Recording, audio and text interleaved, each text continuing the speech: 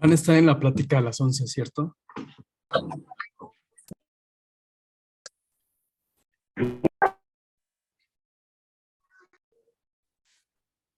¿Cierto, cierto? Muy bien. ¿Ya están aquí en la ENES o es en línea? Sería una cavidad, sería todavía una cavidad, ¿no? Contando con el profesor de Argentina. ¿Listo? ¿Alguien tiene su micrófono prendido Ajá, de por tema? últimamente. Ay, no sé. ¿Me escuchan? Sí, Sí, profesor. director. Ok, muy bien. Bueno, entonces estamos hablando de las curetas que nos ayudan a eliminar la biopelícula que se encuentra supra o subgingival, es decir, por arriba de la encía y dentro del surco gingival. No, sí. La eliminación de biopelícula y cálculo supragingival por medios mecánicos, utilizando cureta, tiene ciertas ventajas. Una de ellas es que nos proporciona una adecuada sensación táctil y como desventajas representa un mayor tiempo en consulta y un afilado constante de curetas. Las curetas se van a componer principalmente de tres partes: una parte activa, un vástago y un mango. Nosotros le vamos a enseñar a utilizarlas. Eh, Esto representa un control eficaz de la biopelícula supragingival, el cual es la piedra angular de cualquier intento de prevenir y controlar la enfermedad periodontal y el desarrollo de caries.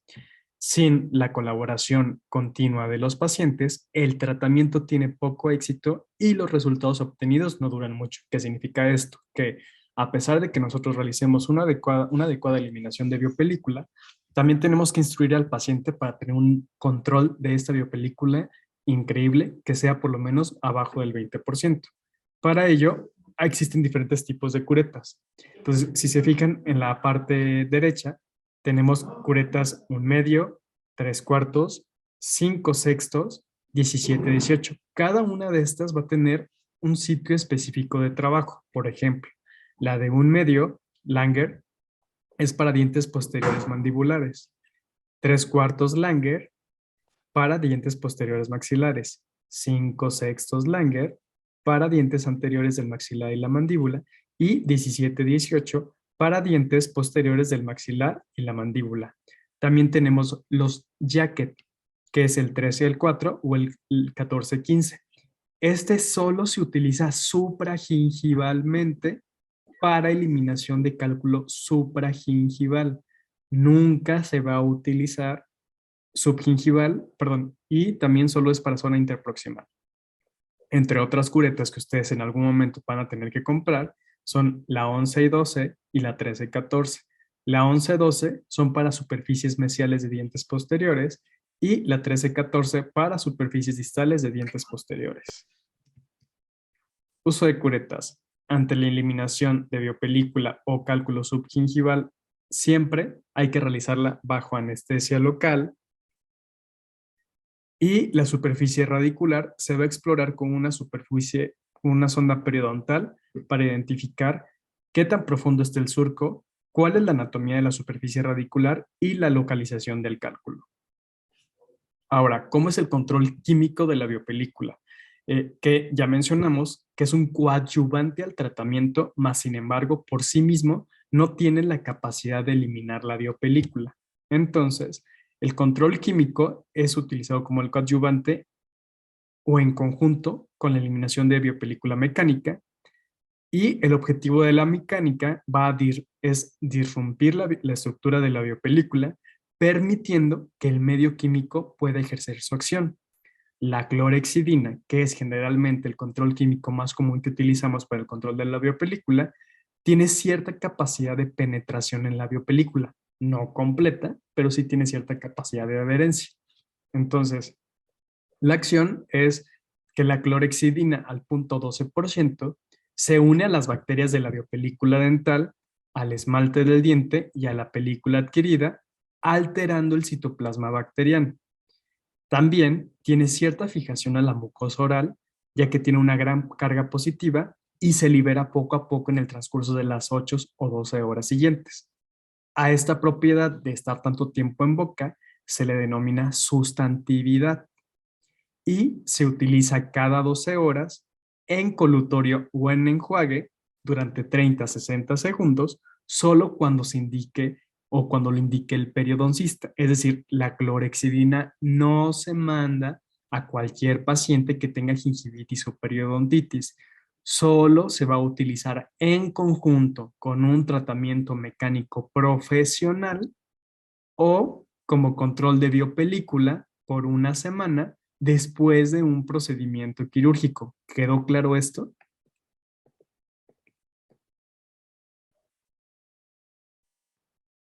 ¿Alumnos?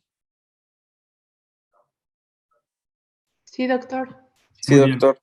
Entonces, como indicación, el paciente debe saber que no debe consumir líquidos o alimentos durante los 30 minutos siguientes para lograr su máxima eficacia del enjuague, y los efectos secundarios del uso prolongado de la clorhexidina es que cambia el sentido del gusto y tiñe los dientes. Por ello, es importante que los pacientes no abusen del uso de clorhexidina, además de que pueden provocar cierta resistencia bacteriana. Entonces, tiene indicaciones muy puntuales, que como bien le indica en la diapositiva, es durante el tratamiento de la enfermedad periodontal activo y con antecedentes recientes de tratamiento quirúrgico bucal.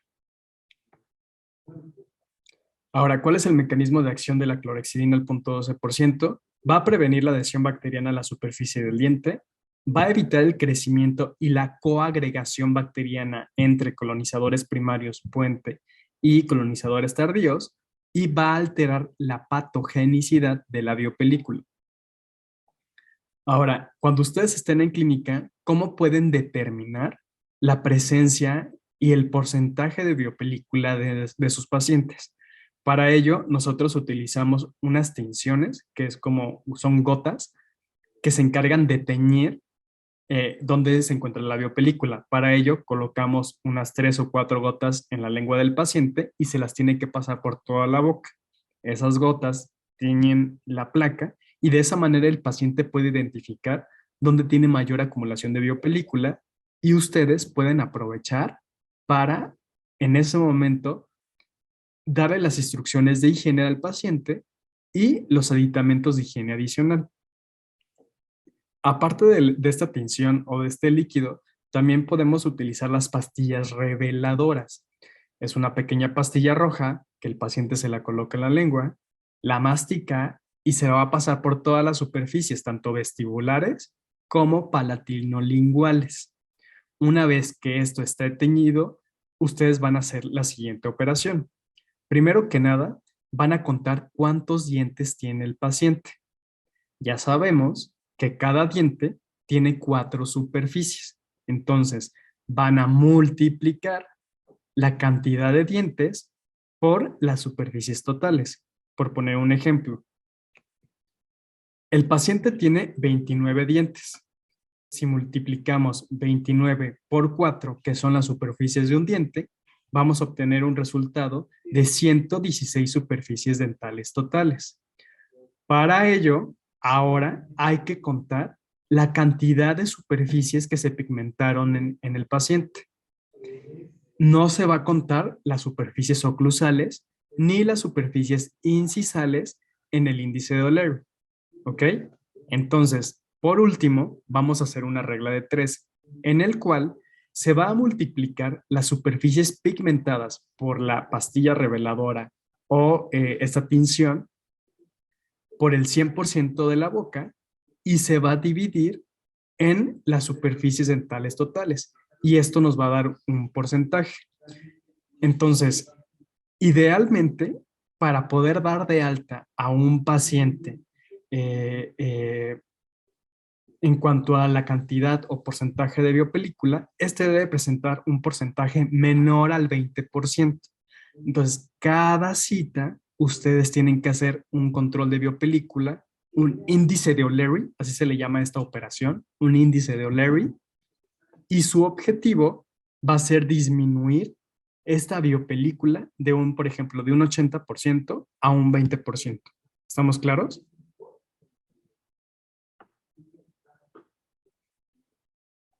Sí, doctor.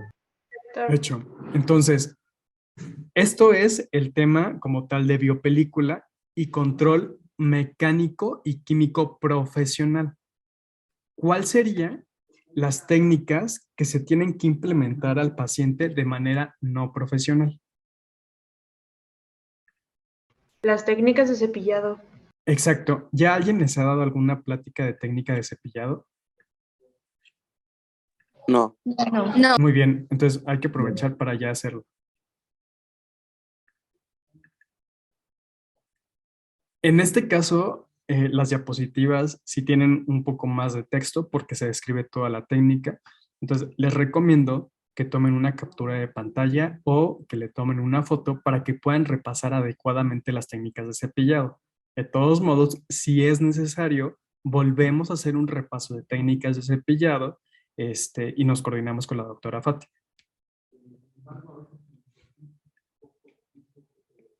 Muy bien.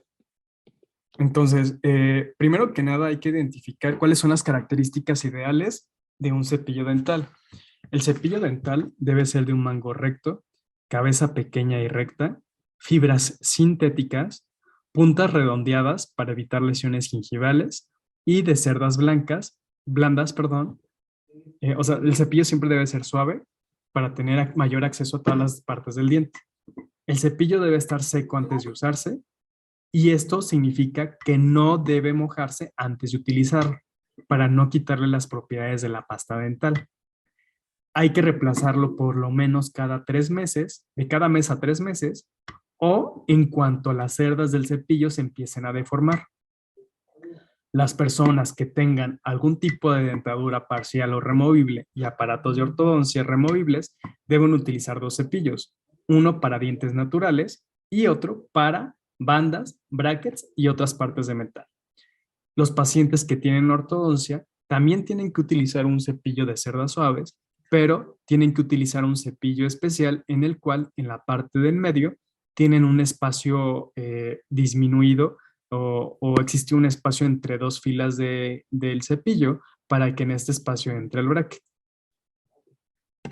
La primera técnica que vamos a revisar es la técnica circular o la rotacional. En las cerdas del cepillo se van a colocar en una dirección apical, como se muestra en la imagen, con sus costados apoyados contra la encía. Así, el cepillo se va a girar con lentitud, como si se barriera con una escoba. En las superficies linguales de los dientes anteriores, el cepillo se toma de manera vertical y las superficies oclusales se van a cepillar con un movimiento de vaivén hacia atrás y hacia adelante o con un golpeteo. Ahora, yo ya les había comentado la clase pasada que en realidad no existe una actualización de técnicas de cepillado. Entonces, en base a lo que yo les mencioné del mecanismo de defensa de la encía, ¿ustedes consideran que se debe de cepillar la encía? Sí, doctor. No. ¿No? No. No, porque No. la encía ya tiene su mecanismo de defensa, que es la descamación epitelial, y de esa manera se llevan las bacterias. ¿Se forma biopelícula en la encía? No. No. Entonces, ¿por qué hay que cepillar la encía? Se cepilla el diente, porque el diente no tiene un recambio celular. Entonces, ahí sí se forma una biopelícula, en la encía no. Se puede formar una biopelícula entre la encía y el diente, pero porque está adherida al diente, no a la encía. ¿Sí me doy a entender? Entonces, sí, doctor Fernando. Porque me imagino que si tú, o sea, de por sí, digamos que ya sola se descama. Al momento de tú estarla cepillando, la estás descamando más de lo que ella se tiene que descamar, entonces empiezas a tener problemas ahora en la parte gingival por tratar de tener una buena higiene, por no saber cómo cepillarte los dientes, ¿no? Exacto. Pueden llegar a ocasionar lesiones gingivales, perdón, abrasiones o recesiones gingivales. Una recesión gingival es cuando la encía se desplaza apical a la unión cemento-esmalte descubriendo la raíz. Entonces, el uso inadecuado de las técnicas de cepillado puede llegar a ocasionar recesiones gingivales, laceraciones gingivales, lesiones cervicales no cariosas o, bueno, que la encía básicamente esté retraída. ¿Hecho? Entonces, a pesar de que la literatura nos indique que se tiene que cepillar la encía, no es necesario ni indispensable. Y menos porque no controlamos la fuerza en la cual los pacientes se cepillan. ¿Estamos de acuerdo? Sí, doctor. Hecho. Entonces, que quede muy claro. Vamos a revisar las técnicas. Muchas dicen que se cepillen la encía, pero ya sabemos que no.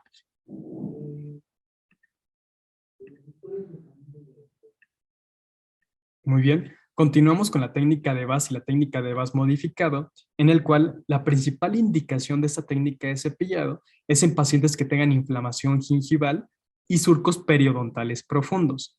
Entonces, en este caso, el cepillo se va a sujetar como si fuera un lápiz y se va a colocar de tal manera que sus cerdas apunten hacia arriba en el maxilar y hacia abajo en la mandíbula. Es decir, si en la imagen podemos observar un diente que está en la mandíbula, las cerdas del cepillo van a ir en una dirección apical, en una angulación de 45 grados respecto al eje longitudinal del diente, cerca de la encía o entrando ligeramente en el surco gingival, y van a realizar un movimiento horizontal y después el barrido.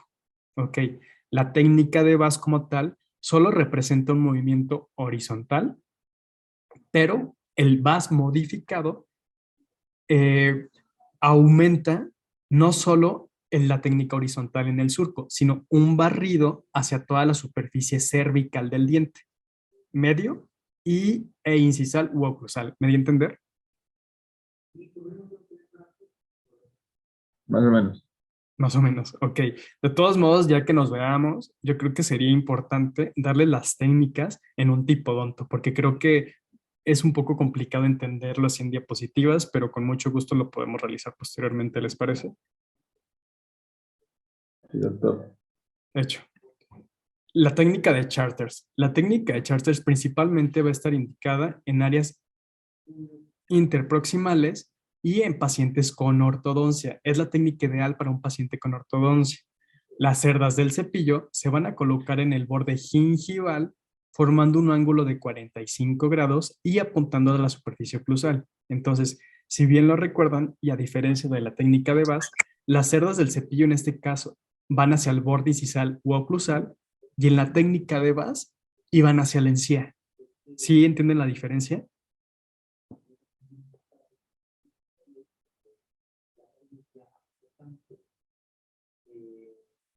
¿Lo puede volver a explicar, doctor, por favor? Sí, en la técnica de charters, doctora, las cerdas del cepillo tienen una dirección hacia el borde incisal del diente o hacia el borde oclusal. ¿Ok?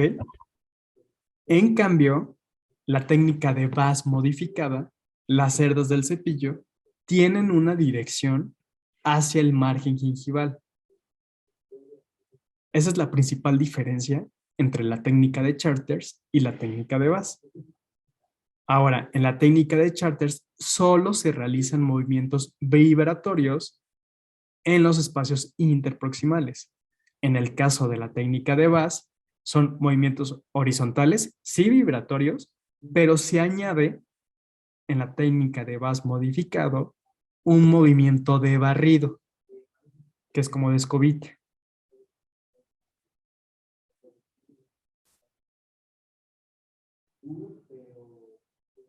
¿Sí? Sí, doctor, gracias. Entonces, en esta última técnica, doctor, o sea, va como hacia el diente en sí, y en la otra de VAS es más como para limpiar entre el diente y la encía. Así es, doctora. Sin embargo, en la técnica de VAS, cuando se añade el movimiento de barrido, sí se termina de limpiar toda la superficie del diente. O sea, iniciamos cerca de la encía, pero terminamos limpiando todo el diente al final. Creo que voy a buscar unos videos para mandárselos. Se los envío a través de Fernando para que lo revisen. Y si tienen cualquier duda, también me lo hacen llegar. ¿Les parece bien? Sí, doctor. De hecho. Ahora, la técnica de Stillman modificada. La indicación es en cualquier paciente, principalmente adulto, que no tenga enfermedad periodontal.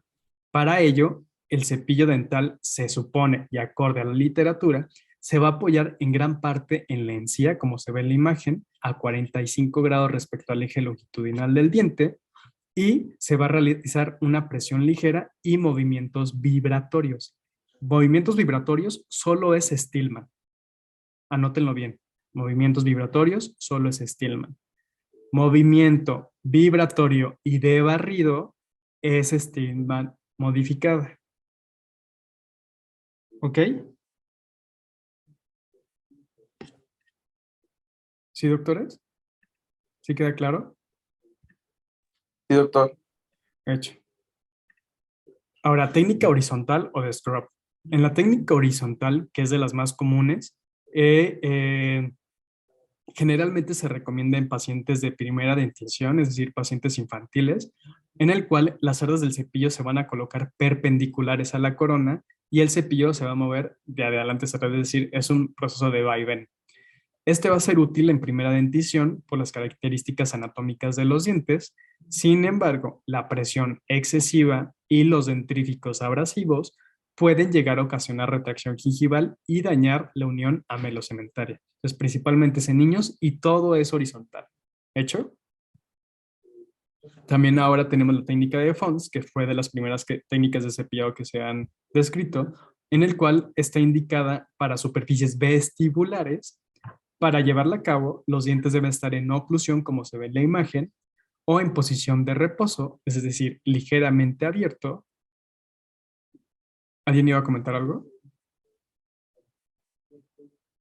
¿No? Ok. Y los filamentos del cepillo se van a colocar formando un ángulo de 90 grados con respecto a la superficie bucal, es decir, tienen que pegar las cerdas del cepillo con los dientes, como se ve en la imagen. En las caras oclusales se van a realizar movimientos circulares y las caras linguopalatinas se coloca el cepillo en posición vertical y se realizan movimientos rotatorios. Está indicada para niños por la facilidad de aprenderla. Entonces, en la técnica de horizontal scrub, todo es horizontal. En la técnica de Fons, la manera de colocar el cepillo es muy similar, más sin embargo, los movimientos son oscilatorios. Es la principal diferencia entre Fons y Scrub, pero las dos las pueden recomendar en niños, ¿ok? ¿Sí queda clara la diferencia entre Fons y Scrub? Sí, doctor. Hecho. Ahora, uso de cepillos eléctricos. El uso de cepillo eléctrico es eficaz y es fácil de utilizar. Se coloca firmemente en la mano y hay que tratar de permitir que las cerdas más largas penetren entre los dientes y tengan cuidado de que las cerdas entren en contacto con su encía, se supone, pero sabemos que no es indispensable ni necesario. Hay que colocar la cabeza en el último diente de la boca, verificando el ángulo, y hay que mover la cabeza gradualmente durante aproximadamente 2 segundos, desde la parte posterior hacia la parte delantera de este diente, y no es necesario cepillar ni presionar con fuerza ni realizar movimientos del cepillado porque el cepillo eléctrico por sí mismo ocasiona el movimiento. Entonces, ¿en qué tipo de pacientes ustedes recomendarían el uso de un cepillo eléctrico? En pacientes que tienen alguna discapacidad, no sé, para mover el brazo, o sea, las manos, que tengan, Así es. sí, pues dificultad. Ajá. ¿Quién me puede dar un ejemplo de alguna discapacidad que ocasione alguna alteración motriz? ¿Alguien levantó la mano, doctora Sheila? Por ejemplo, la artritis. Exacto, la artritis reumatoide. ¿Alguien más? Doctor Víctor, doctor Jorge. Parkinson. Parkinson, ajá. Jorge. Lo mismo iba a comentar yo. Ok. Liz. Doctor, yo iba a comentar, por ejemplo, en los pacientes con síndrome de Down que Ujú. son cuidados por alguien más. A veces ya son pacientes adultos, pero por el mismo síndrome, pues no pueden cuidar bien de sí solos.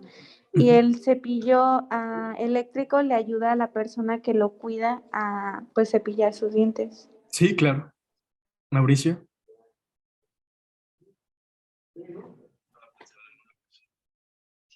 Doctor Mauricio. No. O sea, como súper lejos. Doctor Fernando. Cuando el paciente, por ejemplo, tuvo un derrame cerebral y queda a lo mejor con parálisis en la mitad del cuerpo. Sí, sí, puede ayudar.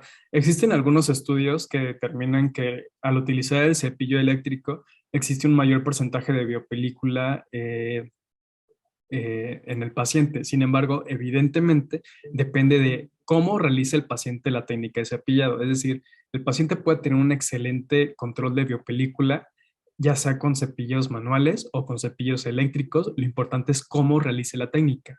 Y siempre es muy importante que ustedes tomen en cuenta lo siguiente. Hay que crear un orden sistemático para que el paciente siempre pueda cepillarse correctamente. Dice el doctor Mauricio, un paciente con algún tipo de prótesis debido a una amputación. Sí, cualquier situación que ocasione una pérdida de motricidad es un paciente apto para un cepillo eléctrico, efectivamente. ¿Qué iba a mencionar? Hay que crear un orden sistemático de técnica de cepillado para que los pacientes no olviden qué zonas limpiar. Entonces, lo que siempre les menciono a mis pacientes es que hay que crear un orden por cuadrantes. Entonces, ya sabemos que hay 4 cuadrantes. Primer cuadrante, segundo cuadrante, tercer cuadrante y cuarto cuadrante. Siempre comenzamos con el diente más distal en la parte vestibular, pasamos todo vestibular hasta el segundo cuadrante y luego nos regresamos por palatino. Tanto técnica de cepillo dental, técnica de hilo dental o cualquier otro uso de un aditamento de higiene. Por la parte de abajo, iniciamos con el tercer cuadrante en vestibular, terminamos en el cuarto cuadrante y nos regresamos por lingual con todos los aditamentos de higiene que el paciente necesite. Si el paciente no tiene malposición dental y no ha perdido ningún diente, solo basta utilizar el cepillo convencional, el ideal, que es el Oral-B número 35 de cerdas suaves en un paciente adulto, e hilo dental. Pero si el paciente tiene malposición dental, tiene ausencias dentales, tiene puentes de 3 unidades, tiene que utilizar aditamentos de higiene adicionales para un adecuado control de higiene. Ahora, yo soy periodoncista, entonces yo veo muchos pacientes con periodontitis. Para mí, gran parte de mi tratamiento depende de que el paciente tenga un adecuado control de biopelícula para obtener un buen resultado. Entonces, yo a mis pacientes y dentro de mi plan de tratamiento periodontal, siempre les doy o les regalo una caja de pastillas reveladoras. La primera cita es pura higiene. Les enseño cómo utilizar la técnica de cepillado adecuada para ellos, cómo utilizar el hilo dental y los aditamentos de higiene que él necesite utilizando la pastilla reveladora. Entonces, mi protocolo como periodoncista es durante el tratamiento activo periodontal, que dura aproximadamente de 1 a 2 meses, el paciente tiene que utilizar todos los días o 2 veces al día, en la mañana y en la noche, la pastilla reveladora. Y tiene que utilizar todos los aditamentos de higiene conforme yo le enseñé. Y cada cita yo le hago un control de biopelícula o un índice de O'Leary y el paciente tiene que ir disminuyendo la biopelícula en cada cita. Entonces, una manera de ayudarles a los pacientes a bajar el control de biopelícula o su índice de O'Leary es dándole o pidiéndoles que compren las pastillas reveladoras para un éxito a largo plazo. Si el paciente no ve la biopelícula, él cree que está realizando la técnica de higiene correcta. ¿Me doy a entender? Sí. Ahora, esta es una recomendación subjetiva mía de lo que yo hago con mis pacientes con periodontitis. Con periodontitis, ya con pérdida de hueso. No significa que ustedes la tengan que hacer. Lo pueden llegar a recomendar para mejorar los controles de biopelícula y bajar su índice de O'Leary, más no es una indicación estricta que tengan que hacer en todos sus pacientes. ¿Por qué? Porque no todos los pacientes tienen la misma susceptibilidad a desarrollar la enfermedad. ¿Quedó esto claro? Sí, doctor. Muy bien. Ahora, también es importante realizar el cepillado en la lengua. Esto es porque en la lengua también se pueden albergar ciertas bacterias porque tenemos varios tipos de células especializadas que sí pueden retener ciertas bacterias y ocasionan mal aliento. La lengua siempre debe tener un color rosa, si no significa que está sucia o tiene una lengua vellosa. Nos quedan 10 minutos. Ok. Para ello pueden utilizar un cepillo dental convencional y siempre realizar una técnica de la parte más posterior de la lengua hacia la parte más anterior hasta que se quite la biopelícula. Bueno, no como tal biopelícula, pero la agregación bacteriana que pueda haber o restos de alimento, o pueden comprar un cepillo lingual para realizar este movimiento de vaivén. No tiene chiste en realidad la técnica de cepillo lingual, pero sí es importante que todos los pacientes la manejen. Ahora, esto me lo voy a pasar ahorita porque fue para una plática de profesores. Vamos a ver los aditamentos de higiene oral. A todos sus pacientes siempre les deben de pedir que lleven su hilo dental si el espacio entre diente y diente es íntimo. Si el espacio es amplio, evidentemente el hilo dental no va a hacer ningún efecto. Y para estos casos será necesario recomendarles un cepillo interproximal o un hilo superfluos.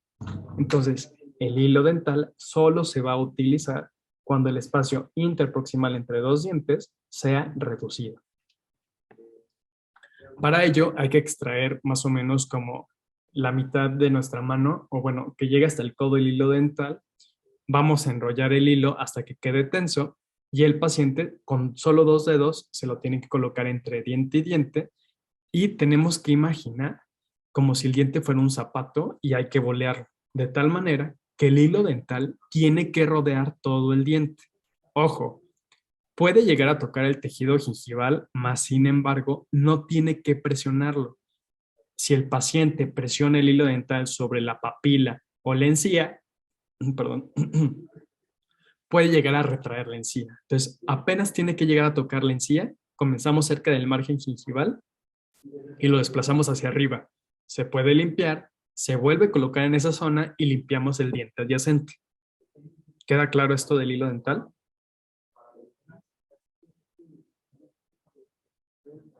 Héctor. Hecho. Ahora, como sustituto de hilo dental están los portahilo. Es más fácil de utilizar para la mayoría de los pacientes. Sin embargo, el problema de este tipo de aditamento es que es muy tenso. Entonces, aunque ustedes lo pongan entre los dos dientes, solo hace esto. No abraza el diente como el hilo dental convencional.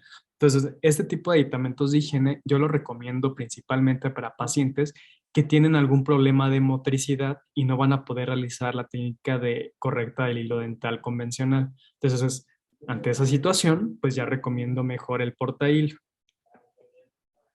El cepillo interproximal es un cepillo de forma cónica que tiene diferentes diámetros y solo se va a utilizar cuando el espacio interproximal entre diente y diente sea aumentado. Entonces, si tenemos un diente con un diastema, el aditamento de higiene ideal va a ser el cepillo interproximal.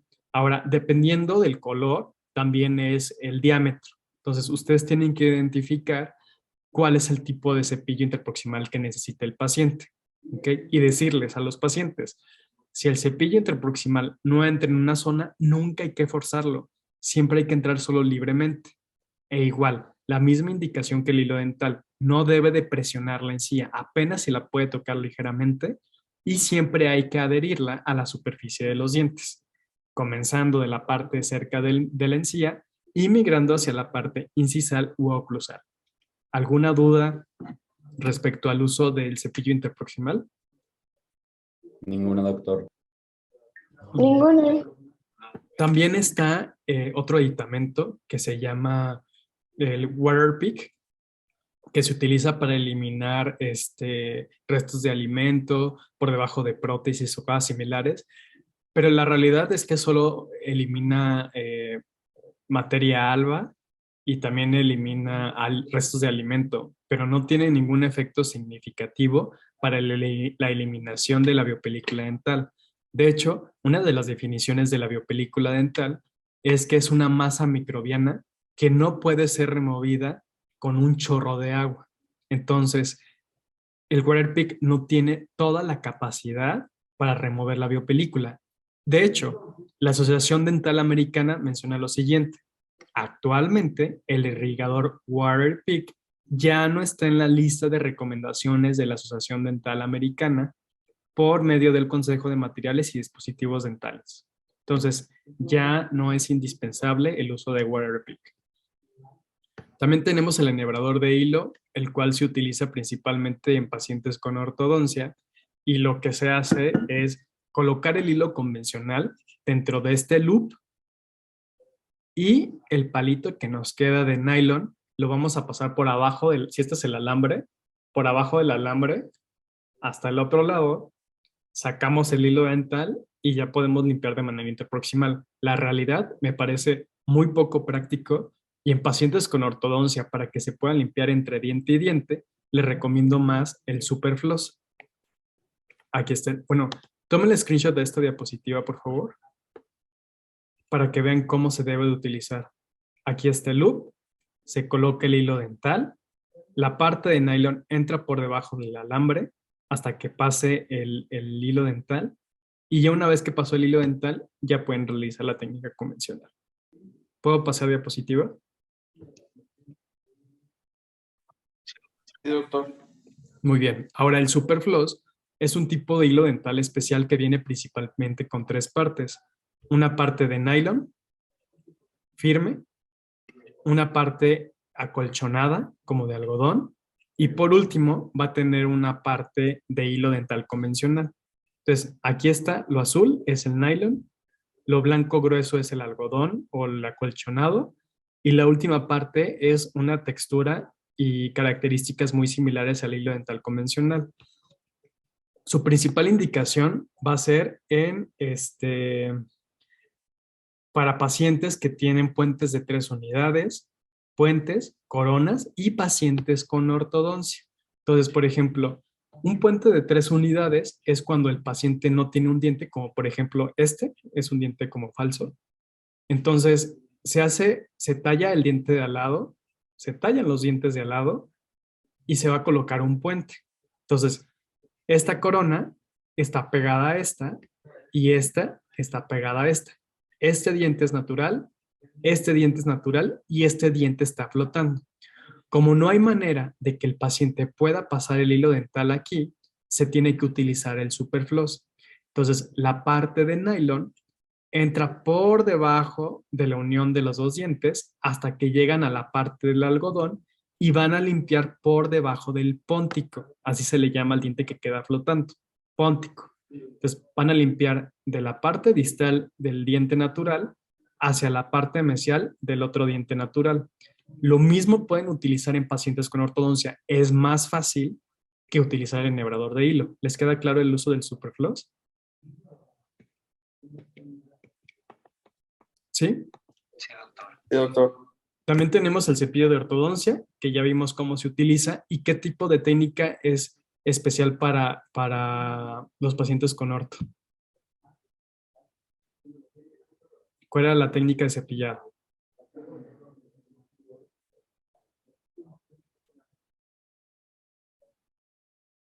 Sí, doctor Christopher. Es la técnica de charts. Charters, así es. Me queda 1 minuto 20. Voy a dejar de compartir y les mando otra vez el link. ¿Sale? ¿Hecho? Sí, doctor. Hecho. Sí, doctor. Ya les mando el link inmediatamente. Todos ya prácticamente ya vamos a terminar.